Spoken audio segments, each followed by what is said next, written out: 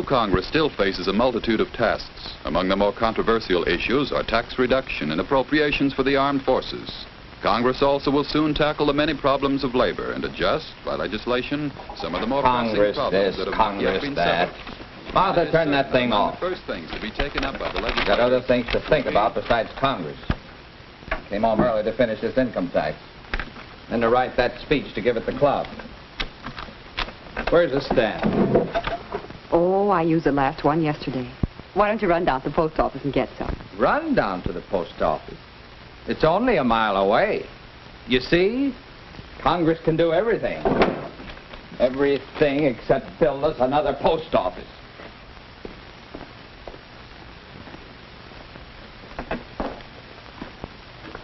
Two threes and an air, Mayor. Afternoon, Bentley. Hello, Williams. Suppose you're going down to register. Register? For what? Why? For the congressional elections this fall. Don't forget, we want Pierce for Congress. Pierce for Congress. Yeah. I don't care a hang who gets to Congress. Yes, but What's Congress ever given me except a lot of trouble? Like this income tax. Has Congress given us the new post office we need? well, but No. You know what I think? I think we'd all be better off if there wasn't any Congress. Hereby declare this Congress to be suspended indefinitely. Stamps? The man who wants to buy stamps. There aren't any more stamps. Can't you read? Congress is gone. So is the postal system. The Williams Postal Service will deliver letters for $1 an ounce. But not these dollars. United States money is no good. See, Congress had the power to issue money, but no more. Only New York money is good here. Go over to the currency exchange, Bentley, and take your letters. But don't bother about mailing this income tax. There's nobody to collect federal taxes. Oh, yes. Lots of things are different without the powers of Congress. You'll see. Pretty, aren't they? You see, every state is printing its own money now. You remember? Oh, you don't believe it about Congress being suspended? Well, go ahead. Go to Washington. See for yourself. A round-trip ticket to Washington? That'll be 600 New York dollars. That's right, Bentley. You're catching on. No Congress. No regulation of commerce. No regulation of railroad fares. Oh, you don't like it. You want to take it to court. Go ahead. Don't be so surprised, Bentley.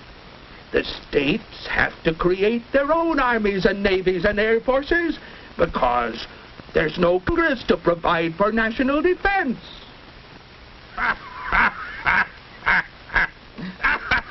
Complaining about that high railroad fare is useless, Bentley. No Congress, no federal court. There just is no justice.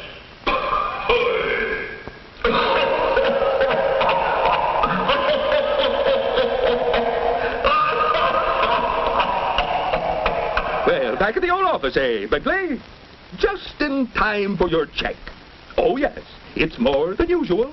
No deduction for savings bonds or income tax or Social Security.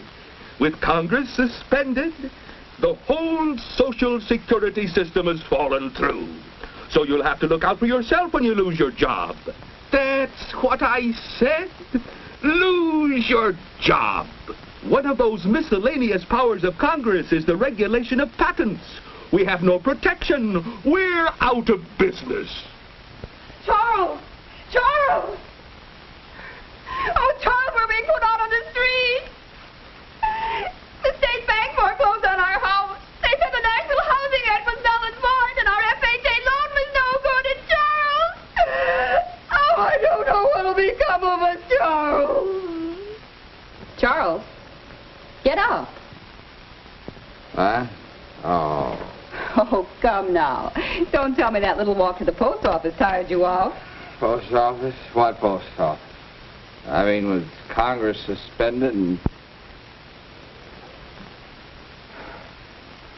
Oh, what a dream. Martha, that's it. What? Now I know what to put in my speech for the club.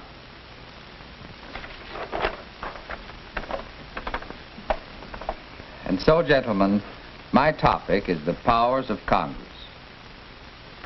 None of us ever hesitates to criticize Congress at every opportunity. But how many ever stop to think about the broad powers of Congress and how these powers affect every one of us? The importance of Congress can be seen when we note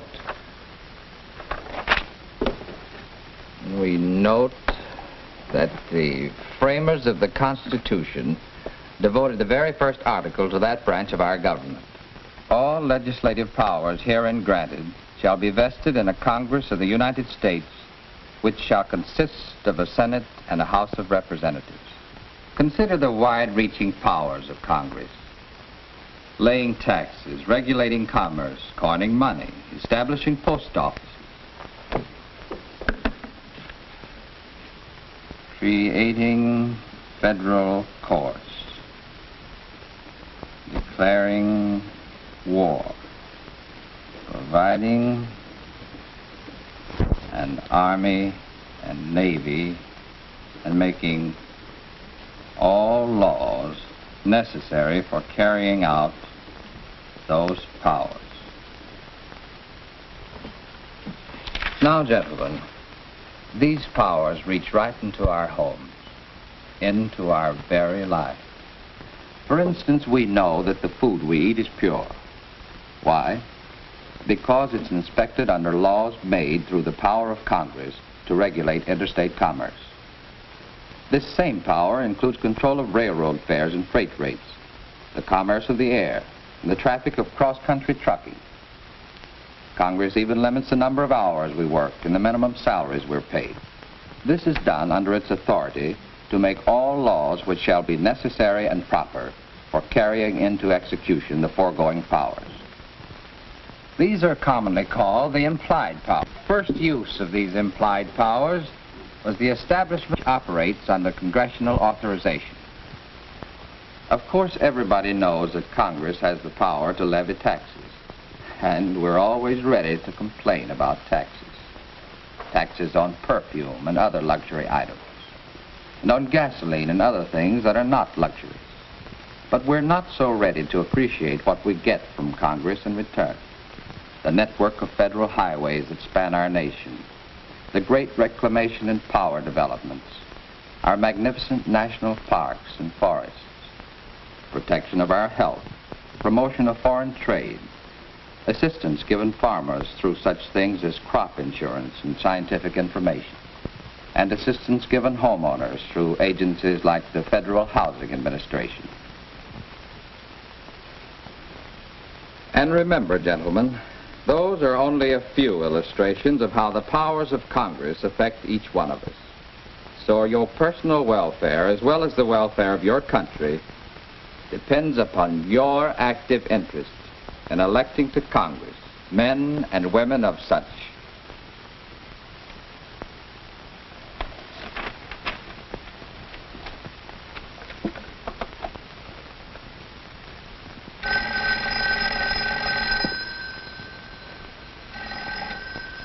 Hello?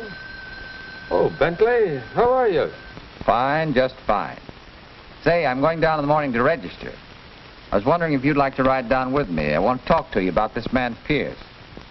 Pierce?